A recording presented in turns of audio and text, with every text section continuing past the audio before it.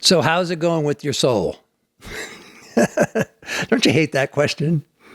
I could be honest enough to say, yeah, I've hated it. I've had a lot of trouble with that particular question. And part of it is because I see myself as kind of an activist leader. Like, I think way too many people talk about doing stuff when you really need to be about doing stuff. But I'm also learning that to not ask the question and to not really step back and see what's happening on the inside is a very immature response.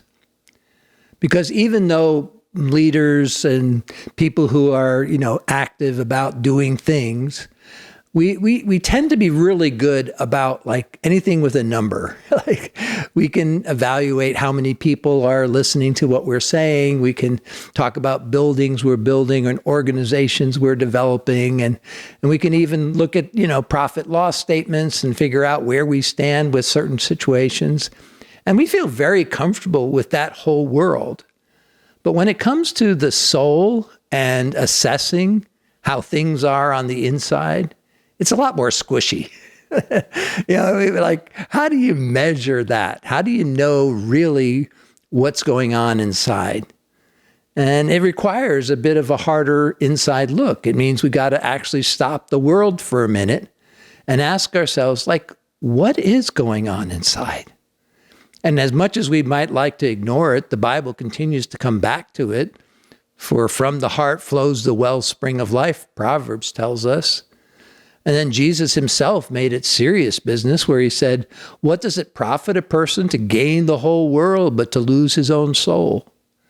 And so wise leaders ask the question regularly, how is it going with my soul?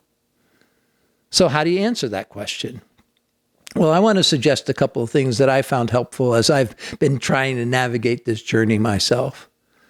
First, I think the most important thing is that we need to understand that it is a great question and that we need to take it seriously. Because part of the challenge, I think, for many of us is that we say, well, I think I'm doing great. I can keep on pushing along. I can kind of continue leading. I can continue serving and giving and making my way, and I'll be fine, Get a little rest, have a little play. Don't bother asking these esoteric questions. But I have a good friend, Mindy Caliguire, who helped me see something that I just appreciated it in a new way. In fact, if you're not following Mindy, please take a moment to do so. You'll find her stuff really helpful. But she talked about this story. It's a very common story out of the life of Jesus. It's one where Jesus is basically walking to another town, and there's a woman in the audience who has a life-threatening disease, and she doesn't want to bother Jesus. And so she goes up to the back of his garment and she touches the garment and she's healed. And Jesus stops the whole procession. And there's a part of the story that I think we tend to miss, because what he says is he felt the power leave him. And so he turned around to see what had happened. Now, part of what Mindy said that I thought was so insightful was that here is Jesus in the midst of ministry recognizing that service requires something from him. And he felt it because he was in tune with his soul.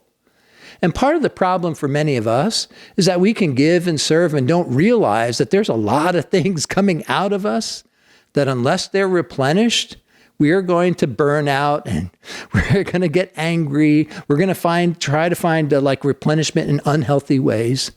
And so Jesus regularly made the practice, even though he was the Son of God, to give and to serve and then to take time away from the crowds, from the people, from the needs, and replenish himself with the Lord.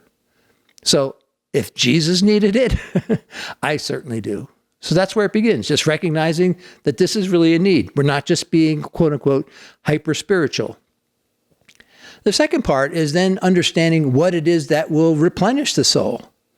Now, it might seem obvious that, well, I guess I should read the Bible, or I should pray, or I should listen to music.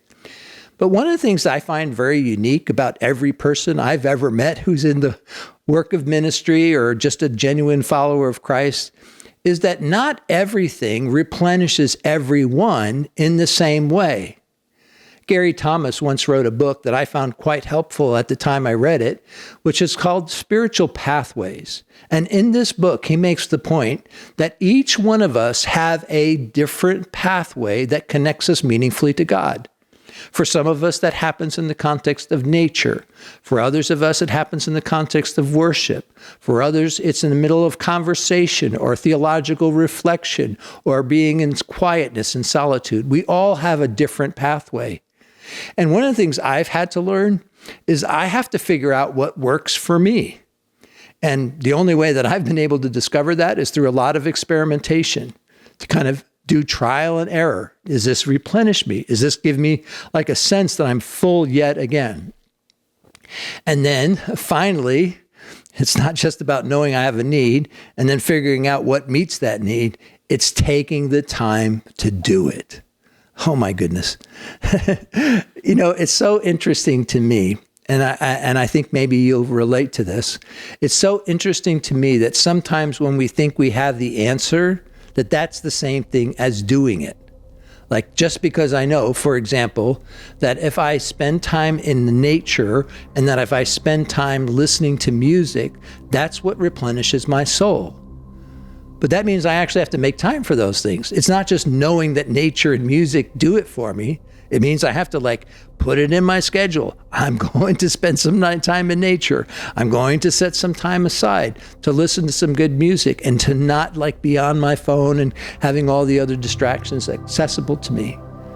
And so those three things help me to understand and replenish the condition of my soul. Now, my friend, if you are a leader and if you're somebody who's giving and serving, first of all, I commend you for being willing to do that. You're doing a noble thing. God bless you for it. But know, too, that if the enemy can't keep you from doing good, he will try and burn you out on the other end. And so don't be afraid of the question. Give yourself permission to say, okay, let me stop the train. Let me stop all the noise and figure out what's really happening in me and whether or not I'm replenished and I'm giving out of the outgrowth of what God has imparted to me. Many people start with that as their ambition. I want it to be part of the overflow.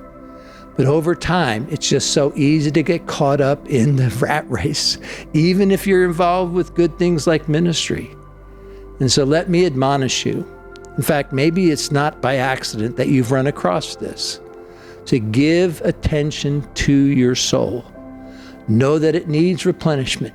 Figure out what does it, and then make the time to make sure it happens. You'll be blessed, and you'll be able to give and serve for a long, long time. Thanks for watching.